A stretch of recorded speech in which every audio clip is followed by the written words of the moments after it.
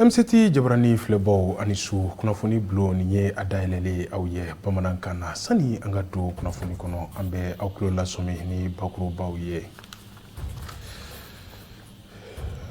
Frontière fanga ɲɛmaaw ye weleweleda kɛ min ye Union Européenne fo ka taa se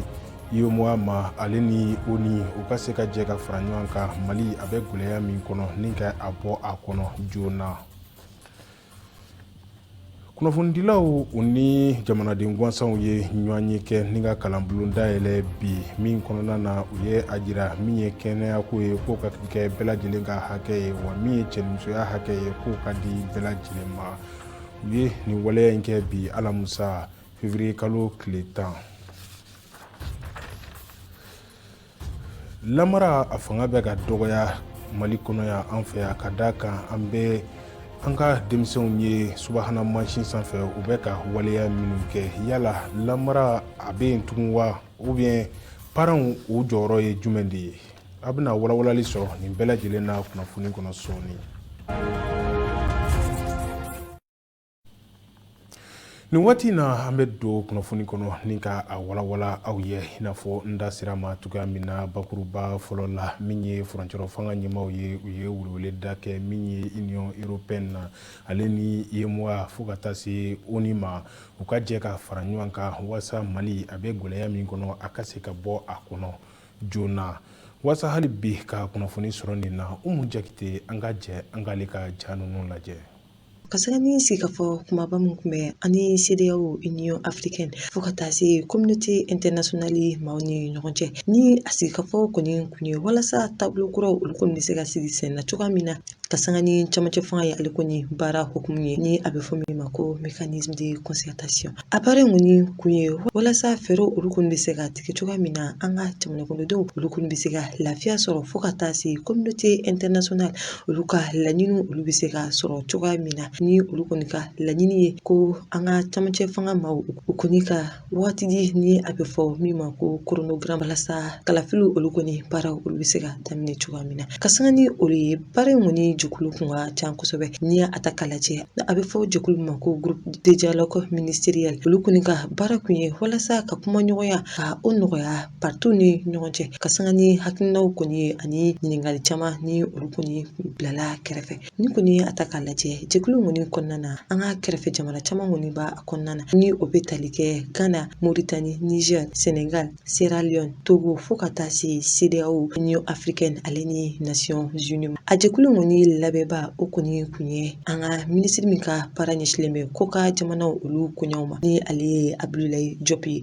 ni a ta k'a lajɛ jɛkulu wɛrɛ fana kun bɛ yen nɔ ni a bɛ fɔ min ma ko groupe de travail élargi ni o kɔni ka baara kun ye taabolo ta walasa an ka camancɛ fanga ɲɛmaaw kɔni bɛ se ka a bɛ fɔ min ma ko chronogramme o kɔni di CEDEAO maaw ma ka sanga ni kalafili olu baaraw ye ni kɔni a ta k'a lajɛ o jɛkulu in fana kɔnɔna na Mali gouvernement fo ka taa se comité local de suivi olu mɔgɔw fo ka taa se CEDEAO Union Africaine ale ni Nations Unies Ghana fo ka taa se Nigeria ma olu bɛɛ kɔni kun bɛ jɛkulu kɔnɔna na ni kɔni a ta k'a lajɛ a jɛkulu kɔni labɛnba kun ye an ka minisiri min ka baara ɲɛsilen bɛ dugukolo ko ma ni ale ye Abdoulaye Mayiga ye fo ka taa se an ka ministre de la refondation ma ka sanga ni o ye ɲɔgɔn yeba dɔ kun kɛra kabini janvier kalo 31 san 2022 ni o kɔni ɲɛmaya kun talen don ka di Abdoulaye Diop ma wa ni a ta k'a lajɛ a baara kɔni dayɛlɛ kɛra kabini taratadenw février kalo tile 8 san 2022 ni o baara kɔni ɲɛmaya kun talen don ka di Abdoulaye Mayiga ma ka sanga ni o ye Mali gouvernement ɲɛmaw kɔni y'a yira k'a fɔ ko nin ko kɔni bɛna kɛ ko ɲɛnamaya cogoya min na sigikafɔw olu bɛ se ka kɛ sababu ye ka camancɛ fanga in ka ale kɔni baaraw olu nɔgɔya kosɛbɛ. Kalo 7 tɛmɛnen Farabugu min ye Farabugu ye ale kɔni tun bɛ Bamanciw bolo nka min ye Mali wolomasiri tabaw ye olu ka cɛsiri kari tɛmɛnen u ye Farabugu minɛ ni ka kɛ u ta ye min ye maa 3000 bonyanko o de tun bɛ Farabugu min ni degunnen tun don kosɛbɛ ni Bamanci ninnu bolo ka sababuya kɛ u ka waleya jugu ye wasa hali bi ka kunnafoni sɔrɔ nin na Umu Kone an ka jɛ an k'ale ka ja ninnu filɛ. Kalo 7 tɛmɛnen kɔ ka kɛ ni Février kalo tile 6 sanba 2022 fɛn min ye an ka jamana kɛlɛkɛcɛw ye olu kɔni sera ka don Farabugu hali dugu kɔnɔna na. An bɛ don min na i ko bi Farabugukaw kɔni bɛ ka fiɲɛ sama kosɛbɛ. O kɔni ye kibaruya duman ye sabula a bɛ waati jan bɔ di dugu kofɔlen kɔni tun bɛ banbagaciw bolo. Maa tun tɛ se ka don, maa tun tɛ se ka bɔ fana. Farabugu ale kɔni ye dugu ye min duguden kɔni bɛ t'u jɔ fo maa 300,000 la a bɛ an ka jamana ale camancɛya fan fɛ. Kabini Octobre kalo sanba 2020 Farabugu kɔni tun ye dugu ye an ka jamana kɔnɔ min kɔni kun kɛra banbagaciw olu dagayɔrɔ ye. Waati kofɔlen ninnu kɔni na fɛn min ye an ka jamana silamɛya diinɛ tɔnjɛkulu maaw ye olu kɔni tun ye sigi ka fɔ kɛ ni banbagaciya wale kɛbaga ninnu ye waati min kɔni na ni Farabugukaw kɔni fiɲɛ bɔda sɔrɔ nka marisi kalo sanba 2021 kɔni kɔnɔna na banbagaciya walew kɔni daminɛna ni dugu kofɔlen ale la. hali bi an bɛ to kunnafoni kɔnɔ ni ka a walawala i n'a fɔ n da sera ma cogoya min na bakuruba 2nan na min ye kunnafonidilaw ka ɲɛma olu ni jamanaden gansaw ye ɲɔgɔn ye ni o ye société civile ye ni ka sigi ka fɔ kɛ ka kalanbulon dayɛlɛ wasa min ye kɛnɛya ye a ka di bɛɛ lajɛlen ma bɛɛ lajɛlen ni a ka kan wa min ye cɛnimusoya hakɛw ye ko o ka di bɛɛ lajɛlen fana ma o de kɔni kun ye babu sen ye u ye nin waleya ninnu kɛ bi alamusa Février kalo tile 10 sanba 2022 an fɛ yan Bamakɔ wasa an ka kunnafoni na min tun bɛ a kɛnɛ kan o de ye Fadi Talifi Mayiga ye an ka jɛ an ka sɔrɔlenw filɛ. Ni kalanbulon mun dayɛlɛlen filɛ nin fitimaw fɛ a ɲɛsinin don yaasa adamadenya sariyaw olu bɛɛ lajɛlen bɛ se ka dɔn kunnafonidilaw fɛ yaasa olu fana ka se ka maaw ka olu kunnafoniya ka kunnafoni gɛrɛgɛrɛ tigɛ u tigɛ kɛrɛnkɛrɛnnenya kuma minnu bɛ tali kɛ kafoɲɔgɔnyaw fo ka taa se bangeniw koɲɛw kan ka u tɛrɛmɛsɛ u ye. An ye kunnafonidilaw kɛ ɲɔgɔn kan k'u kalan cogo min na u bɛ se ka bangi ko kuma fɔ ko cogo min na u bɛ se ka kafoli kuma fɔ kɛnɛya ta sira fɛ ani sariya ta sira fɛ k'a sɔrɔ a ma digi mɔgɔ la k'a sɔrɔ a ma kɛ cogoya la min bɛ se ka mɔgɔw degun u ka danayaw kɔnɔ. O kalan fɔlɔ kɛra kunnafonidilaw kan kunna. Filanan sisan an ye u ka kuntigiw kɛ ɲɔgɔn kan u k'a dɔn an n'u ka kunnafonidilaw bɛ baara min na u ka se k'a faamuya u fɛnɛ k'u bolo don an fɛ a nafa ba bɛ se u ma ka tugu an bɛna u ka kunnafonidilaw kalan u bɛ se ka kunnafoni dafalen di cogoya min na u bɛ se ka kalan kunnafoni di la cogoya min na ani an bɛna olu yɛrɛ ka kunnafoni di yɔrɔw dɛmɛ u bɛ se ka kunnafoni caman sɔrɔ cogoya min na ka tugu u bɛ politiko kuma fɔ u bɛ dɔwɛrɛw fɔ sisan an bɛna u dɛmɛ u ka kuma wɛrɛw fɔ min nafa bɛ bɛɛ kan o de kosɔn kalan nin b'a la ka kɛ walasa bɛɛ k'i ta t'a kɔnɔ. Nin kumakan minnu filɛ nin ye n'o bɛ tali kɛ kanufuɲɔgɔnw kan ale ni maaw bugununw ma o ye ko ye min ni a kuma a ma nɔgɔn anw fɛ yan nka a kɔni kuma fɔli nafa fɛnɛ ka bon o de hukumu kɔnɔna na kunnafonidilaw olu jɔyɔrɔ kan ka bonya ala kosɛbɛ.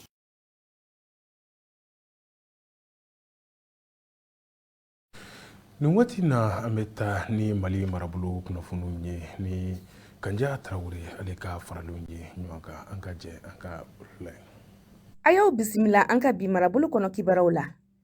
An bɛ taa Segu mara la kɛrɛnkɛrɛnnenya San Sɛrikili la sifinaka kɛmɛ bɔɲɔnko lakɔkɔli kalan kɛra olu de kunna bɛn ani kelenya o nafa la an ka jamana kɔnɔ min kɛra ka sanga ni Février kalo tile 7 san 2022 kun de ye yaasa ni ka maaw fara ɲɔgɔn kan cogo min u bɛ se ka don da kelen fɛ ni ka bɔ da kelen fɛ ani ka baaraw kɛ ɲɔgɔn fɛ ni lajɛrɛ in kɔni labɛnna sifinakaw ka jɛkulu dɔ fɛ ni o bɛ wele ko Conseil local de la jeunesse ka musaka bɔ MINUSMA maaw fɛ. Hali bi an bɛ to Segukaw fɛ kɛrɛnkɛrɛnnenya la Masina ale Sɛrikili la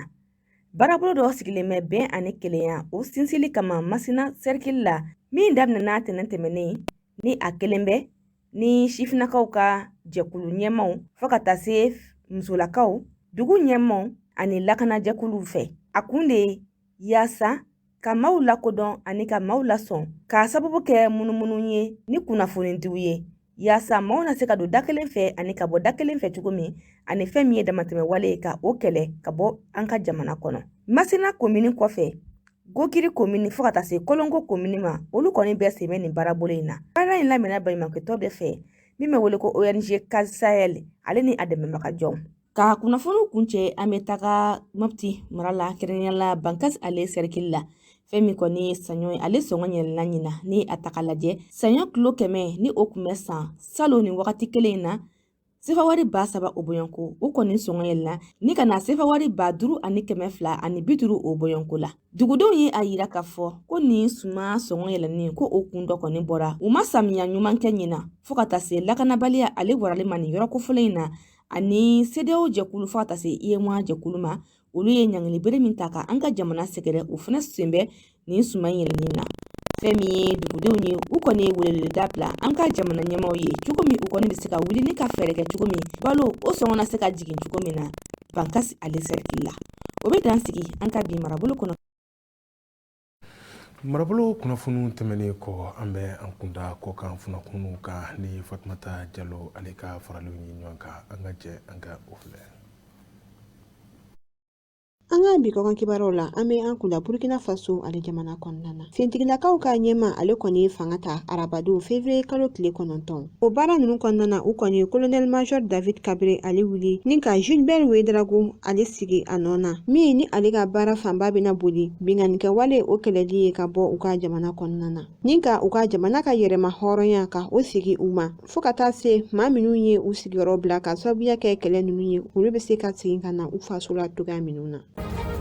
An bɛ an kunda Senegal ale jamana kɔnɔna na. Fɔɲɔgɔnkɔ min kɛra janvier kalo tile 24 tɛmɛnen jɛkulu MFDC kulu maaw ni ɲɔgɔn cɛ o kɔni kɛra sababu ye ka fintigilaka maa 4 olu bɔnɛ u ni na. Dakar état-major maaw ka fɔla maa 7 olu kɔni minɛnen don Bamacikulu fɛ minnu ni olu kɔni bɛ Casamance ale dugu kɔnɔna na ni o kɔni ye Senegal jamana ale ni Gambie dancɛ ye. Kungo kɔnɔnaba min bɛ Benin jamana ale ni Niger fo ka taa se Burkina jamana ni ɲɔgɔn cɛ binganikɛ wale kɔni taara ka ɲɛsin o kungo kɔnɔna in ma min kɛra sababu ye ka kungo lakana tigilaba maa 5 olu bɔnɛ u ni na fo ka taa se Benin fintigilaka maa 1 ale bɔnɛni a ni na. Ko ni ye a ta ka lajɛ ko nin kɔni ye fagalikɛ waleba ye min taara ka Benin jamana sɛgɛrɛ kabini u kɔni ye u sen don Bamacikɛ wale o maa ninnu kɛlɛli la ka bɔ u ka jamana kɔnɔna na. An bɛ a kuncɛ ni Tchad ale jamana ye. Tchad fanga gwara daba maaw ni o ye Wakitama kulu maaw ye u kɔni ni Tchad cɛmancɛ fanga ɲɛma ni o ye Mahamat Idriss Déby ye u kɔni ye ɲɔgɔn ɲɛ kɛ arabadon. U ka ni ɲɔgɔn ɲɛ kɔnɔna na u kɔni bɛ ka sikafɔ kɛ cɛmancɛ fanga ale lahala kan fo ka taa se u jɔyɔrɔ ma sikafɔba min bɛna kɛ u ka jamana kɔnɔna na mai kalo nata.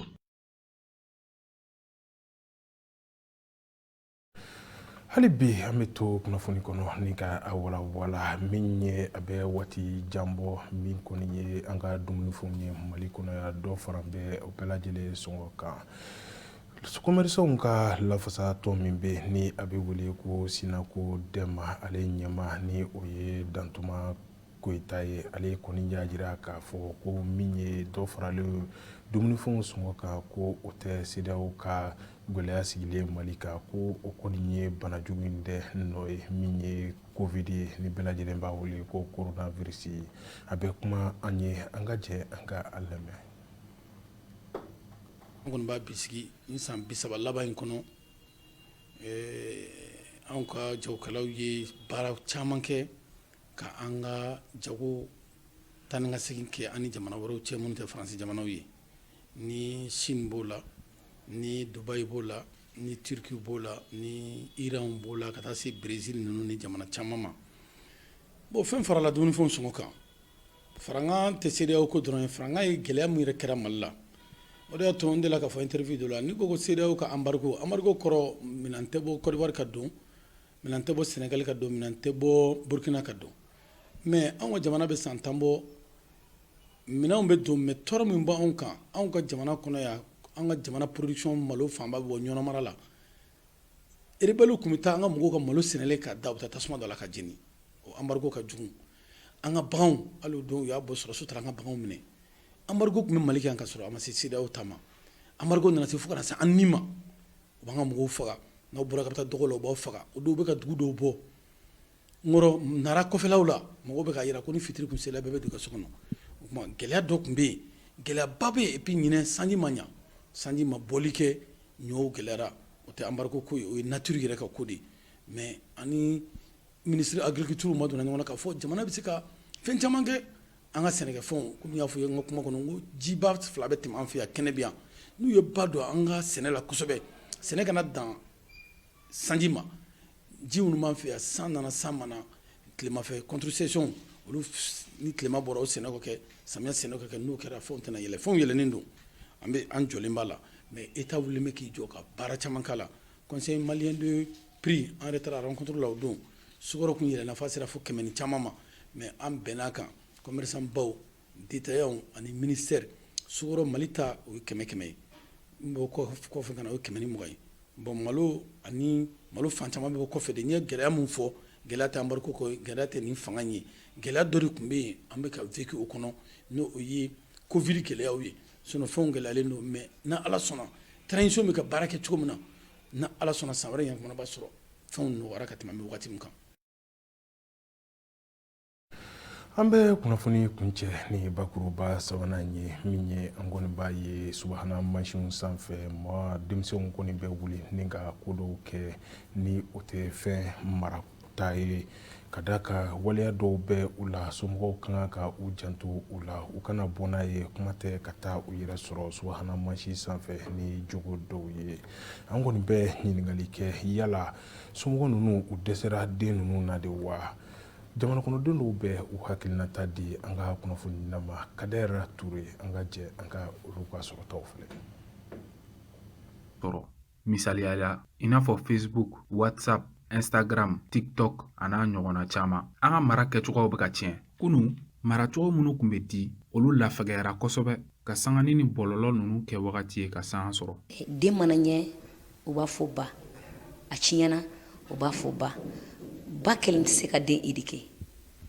ba ni fa an bɛɛ bɛ jɛ ka den éduquer ɲɔgɔn fɛ faw ni baw dɔw bɛ yɛrɛ olu yɛrɛ éduquelen tɛ parce que den bɛ ko dɔw kɛ u b'a ye fa ni baw de la Instagram ni fɛn nalen na fɛnw bi k'a kan min tɛ an ka laada ye an ka laada ye a nana min sɔrɔ du kɔnɔ dudenw kan ka du ɲɛmɔgɔw bonya u kan ka sigiɲɔgɔnw bonya fɔlɔ laada la tellement que sow sigiɲɔgɔnw ye kelen ye i tɛ se ka denw bɔ ɲɔgɔn na tellement que éducation kun bɛ yen mais bi réseaux sociaux nana dɔ bɛ tugu teriw dɔ kɔ i bɛ taa sɔrɔ o jogo man ɲi bon e jogo ka ɲi e tugura jogo jugu kɔ don dɔ bɛ kɛ hali n'i tɛ jogo jugu in kɛ don dɔ bɛ kɛ i bɛ o jogo jugu ta donc yanni o ka se o ma maître minnu bɛ école kalan hali ni den éduquelen tɛ u ka so école ye école ye ni den ma éduquer aw b'a éduquer école la k'a yira la k'a fɔ ko aw ka so ani école o tɛ kelen ye n'i t'a kɛ taa n'a ye parents fɔ bon aw den filɛ an tɛ se k'a kalan n'i y'o kɛ solution bɛ sɔrɔ parents bolo dɔ fana bɛ den wolo den tɛ se ka kɛ a sogo ye ba bi fa bɛɛ bɛ ko bɛɛ kɛ ka diɲɛlatigɛ ko bɛɛ kɛ a se ko u sago tɛ quoi denmisɛnnin mara tiɲɛna ka sababu kɛ mun ye fɛn caman de don parce que parents fɔlɔ mansaw tun bɛ occuper denw ka kalan na u b'u ka cahier suit u b'u k'u jɛɲɔgɔnw choisir u b'a appelé mɔgɔ min bɛna nɔfɛ du kɔnɔ u b'a appelé ni nin ye denmisɛn ɲuman ye ou bien nin tɛ denmisɛn ɲuman ye parce que bamananw ko n'i t'a fɛ i ka ba kana gan dun k'i kana sɔn a ka yala ni badunganw ye mɔgɔ bɛɛ b'i taamaɲɔgɔn jogo de ta bon bi temps tɛ denmisɛnninw bolo kalan yɛrɛ t'u ka ko yɛrɛ ye telefɔni y'a sababu dɔ ye i bɛ taa sɔrɔ sisan u bugulen bɛ telefɔni kan toujours u bɛ whatsapp kan u bɛ tiktok kan donc u bɛ facebook kan o ti nafaba lase u ma parents ka essayer k'u jɔ u jɔyɔrɔ la donc u ka denmisɛnninw contrôler u k'u ka mara contrôler n'u m'u ka mara contrôler a ti ɲɛ quoi ko denmisɛnnin ye sini ɲɛsigi ye il faut k'i ka temps ɲini ka occuper den na n'an ma occuper an ka denw na an bɛna taa mɔgɔw ta u kana an yɛrɛ ka jamana diriger parce que ça ne va pas donc kana fɔ ko temps t'i bolo i ka den contrôler n'i ma den na kasi a b'i la kasi dɛ bon a ye denw mara fo ka denw mara de. kuma bakuruba la mansaw ani école karamɔgɔw bɛɛ de kan k'u yɛrɛ di yaasa an ka maraw bɛ se ka segin u cogoya kɔrɔw la. an filɛbaw nin de bɛ dansigi an ka kunnafoni na an bɛ aw fo a ka faamu ko ɲuman na sɔɔni aw bɛna kunnafoni sɔrɔ nanzarakan na a k'an bɛn sɔɔni